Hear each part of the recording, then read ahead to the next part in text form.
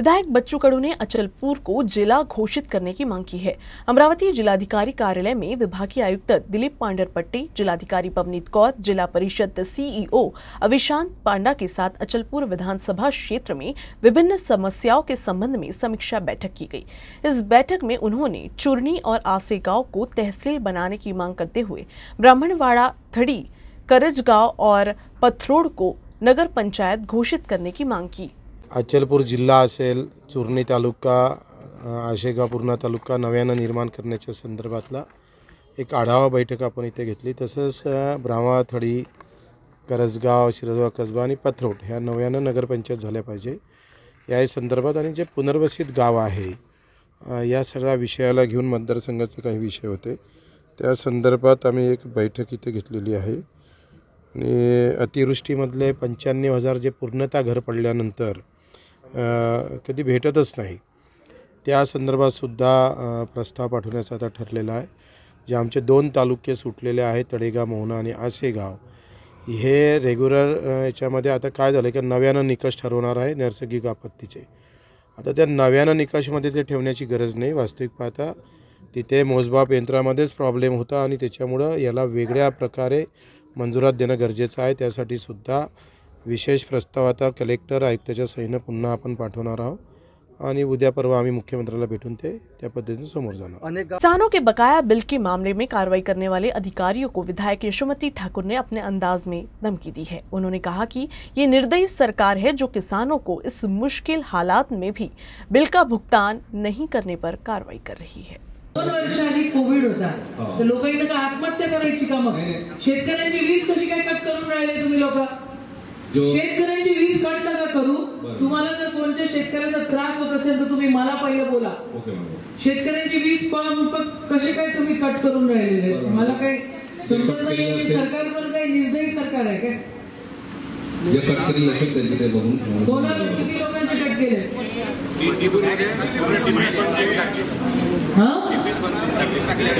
जोडा मला येईल परत जर तुमची वीज कोणी कट केली तर जोडायचं। तुम्ही सगळ्यांचं सगळं होतं, कोणाला कोणती किती पगार वाढ मिळते सगळं शेतकऱ्यांना काय करावं? आणि 2 वर्ष कोविड होता, 2-2.5-3 वर्ष पुरला तो कोविड।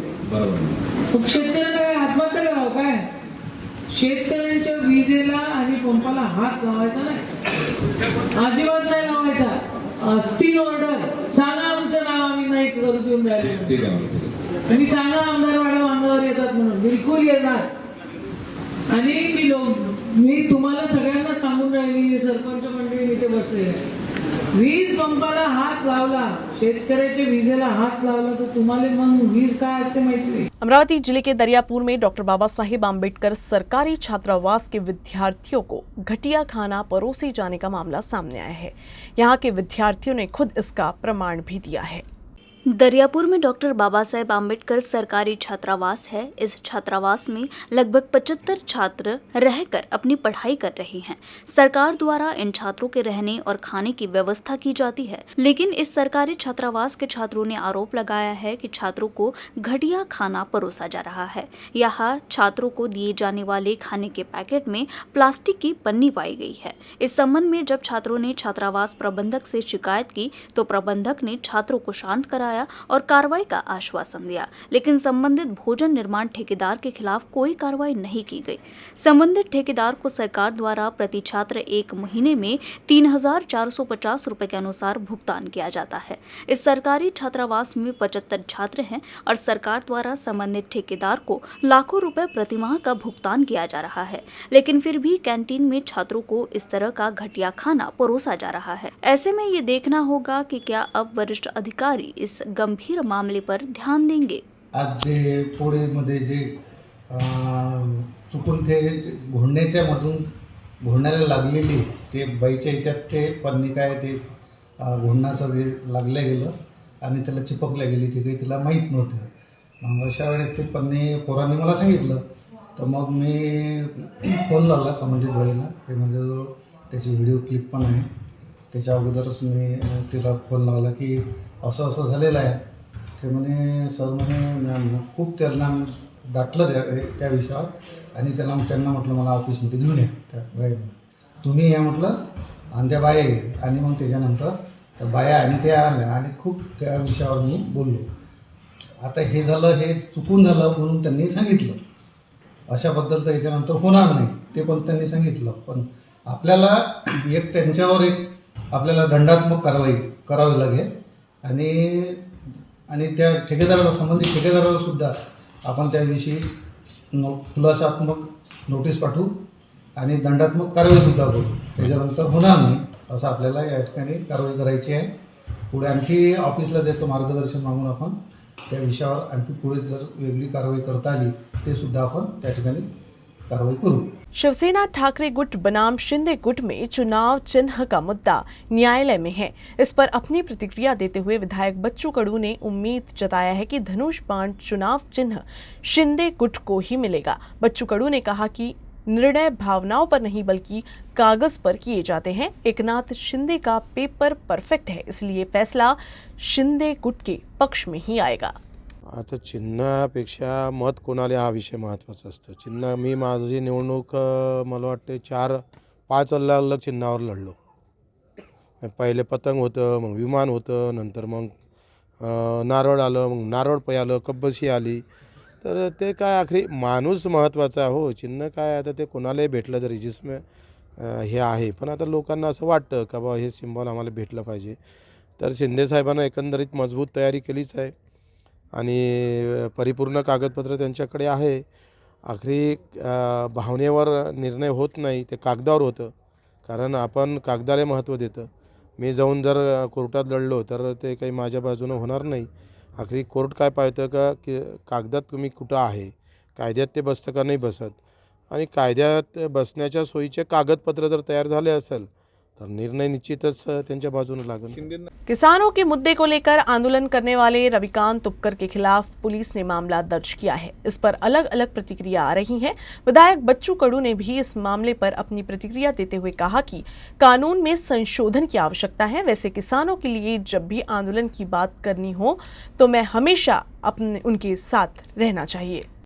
मला वाटतं पोलिसांची कारवाई आता हा सिस्टीमचा दोष आहे. खरं तर आंदोलन का करावं लागलं हे कधीच प्रशासन पाहत नाही आणि मग ज्याच्यामुळं आंदोलन करावं लागलं त्याला आपण दुर्लक्ष करायचं आणि आंदोलनकर्त्यालाच अंदर करायचं. तर ही खरं तर हा मोठा देशव्यापी आता आमच्यावर असेच प्रकार झालेले आहे. आम्ही आंदोलन करायचं, पोलीस स्टेशनवाले अंदर टाकायचे, मग जेलात राहायचं आणि मग सुटायचं, असा जो प्रकार आहे याच्यामध्ये काही कायद्यात दुरुस्त्या करणं फार महत्त्वाचं आहे. का एखादा जेव्हा आपण पाहतो आहे का तहसीलदारानं किंवा तलाट्यानं फेरफार केला नाही आणि मग महिना फेरफार करत नाही आणि मग तो उपोषणाला बसतं किंवा एखादं आंदोलन करतं, पण कारवाई कोणावर होतं? आंदोलन करणारा. कोणामुळे तो फेरफार झाला आणि त्याच्यावर कारवाईच होत नाही. तर ही जी चुकीची पद्धती आहे यामध्ये एक नव्यानं कायदा येणं गरजेचं आहे असं मला वाटतं. दंगलीचे गुन्हे शेतकऱ्यावर असे दंगलीचे गुन्हे ज्या काही ठाणेदारांना लावले असेल किंवा एसपीने लावले असेल तर त्याला ते भोगावं लागेल. वेळ आला तर आम्ही तिथे उपस्थित राहू. आज हर जगह वैलेंटाइन डे मनाया जाता है। अमरावती के सांसद नवनीत राणा और विधायक रवि राणा के जोड़ों ने भी अलग अंदाज में वैलेंटाइन डे मनाया। दरअसल दोनों सुबह अलग अलग जगहों पर कार्यक्रम में गए थे, लेकिन दोपहर को विधायक रवि राणा अमरावती के एक कैफे में आए और सांसद नवनीत राणा को बुलाकर Valentine day celebrate KIA.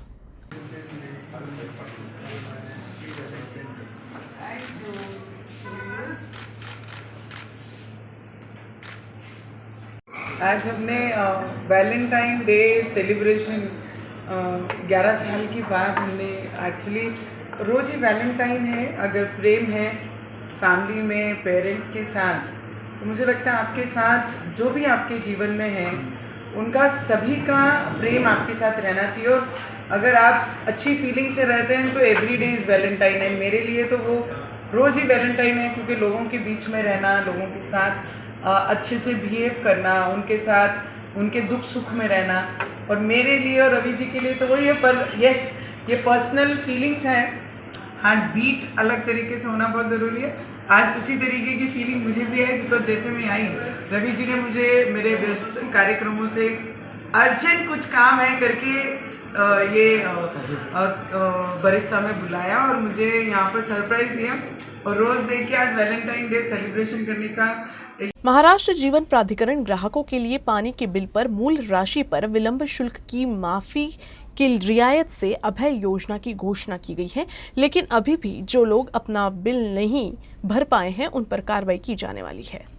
Amravati और बडनेरा में जलापूर्ति के लिए बिजली बिल की लागत 140 लाख रुपए प्रति माह आती है और यदि देय तिथि पर बिल का भुगतान नहीं किया जाता है तो महाराष्ट्र जीवन प्राधिकरण को बिना किसी कारण के 3.10 लाख रुपए का जुर्माना देना पड़ता है। एक और नियमित रूप से पानी का बिल भरने वाले ग्राहक और दूसरी ओर वर्षों से बिल भरने में टाल मटोल करने वाले ग्राहकों की वजह से आय पर प्रतिकूल प्रभाव पड़ रहा है। इसलिए अब ऐसे ग्राहकों पर कार्रवाई की भी शुरुआत हो गई है। अमर कॉलोनी शाखा के अंतर्गत बकाया बिल का भुगतान नहीं करने वाले 12 ग्राहकों का नल कनेक्शन बंद कर दिया गया था। अमरावती और बडनेरा शहर में ऐसे डिफॉल्टर ग्राहकों के नाम स्थानीय समाचार पत्रों में प्रकाशित किए जाएंगे। प्राधिकरण ने जल उपभोक्ताओं से अपील की गई कि वे अपने कर्तव्य को समझें और ब्याज माफी की अभय योजना का लाभ उठाएं और नियमित रूप से बिल का भुगतान करें। लोकतंत्र को मजबूत करने के लिए सभी को मतदान कर अपने कर्तव्य का पालन करना चाहिए। विभागीय आयुक्त डॉक्टर दिलीप पांडरपट्टे ने युवाओं से अपील की है कि मतदान के प्रति उदासीनता को दूर कर मतदान प्रतिशत बढ़ाने के लिए युवा पहल करें। जिला निर्वाचन कार्यालय द्वारा राष्ट्रीय मतदाता दिन के अवसर पर वॉल पेंटिंग व वीडियो मेकिंग प्रतियोगिता का आयोजन किया गया। इस प्रतियोगिता का पुरस्कार वितरण कार्यक्रम बचत भवन में आयोजित किया गया। इस कार्यक्रम में विभागीय आयुक्त डॉक्टर दिलीप पांडरपट्टे विशेष रूप से मौजूद रहे। साथ ही जिलाधिकारी पवनीत कौर, उप जिला निर्वाचन अधिकारी डॉक्टर नितिन व्यवहारी मुख्य रूप से उपस्थित थे। वॉल पेंटिंग प्रतियोगिता में उत्कृष्ट कला का प्रदर्शन करने वाले प्रतिभागियों को पुरस्कृत किया गया। इसमें नगद के साथ स्मृति चिन्ह प्रदान किया गया। 18 वर्ष से अधिक आयु के युवा जिनका नाम मतदाता सूची में नहीं है वे मतदाता पंजीकरण पूर्ण करें। साथ ही जिलाधिकारी पवनीत कौर ने उन्हें हर चुनाव में स्वयं व अपने परिवार को भी मतदान कर भाग लेने की अपील की। लोकतंत्र द्वारा हमें दिए गए मतदान के अधिकार का प्रयोग बहुत से लोग नहीं करते। विभागीय आयुक्त ने अपील की कि लोकतंत्र को मजबूत करने के लिए सभी को मतदान करना चाहिए। सर्वांना हे कॉम्पिटिशनचा उद्देश हेच होतं की आपण सर्वांना हे ॲक्च्युली जागरूक करायचं आहे। आपली जबाबदारी आहे की तुम्ही वोटिंग करायला पाहिजे आणि दुसऱ्यांना पण प्रेरित करायला पाहिजे। तुम्ही सगळे क्रिएटिव्ह लोक आहात की मला तर सांगण्यात आले की अशा प्रकारची स्पर्धा ही महाराष्ट्रात एकमेव स्पर्धा झालेली आहे आणि त्याबद्दल सगळ्यांनी कौतुक केलेलं आहे। आणि तुम्ही वॉल पेंटिंग असेल त्याच्यामध्ये कल्पकतेनं सहभाग घेतलेला आहे किंवा जसं मॅडमने सांगितले व्हिडिओ मेकिंग किंवा व्हिडिओ मेकिंगचा पुढचा टप्पा म्हणजे रील मेकिंग। माझ्याकडे ते आलेलं ते बघतो मी ते काय आहे ते, परंतु अतिशय शॉर्टपेक्षा पण शॉर्ट फिल्म तुम्ही तयार केलेले आहेत आणि त्याच्यामधून संदेश देणं हे फार तसं अवघड असतं। एखादा फुल लेंथ सिनेमा असतो 2 तासाचा, आपण त्याला फीचर फिल्म म्हणतो, त्याच्यामधून एखादी स्टोरी असते ते सोपं असतं। डॉक्युमेंटरी असते ते थोडं अवघड असतं कारण थोडं कमी वेळ असतो त्याच्यामध्ये विषय मांडायचा असतो। हे तर सगळ्यात अवघड काम आहे। त्यामुळे कमी वेळामध्ये जास्तीत जास्त प्रभावीपणे इफेक्टिव्हपणे आपण काहीतरी मेसेज देतो लोकांना, हे फार महत्त्वाचं आणि अवघड आहे। म्हणून मी तुम्हा सगळ्यांचं खास अभिनंदन करतो। न्यूज रूम से बस इतना ही। खबरों का सिलसिला यूं ही चलता रहेगा। आप देखते रहिएगा UCN न्यूज अमरावती।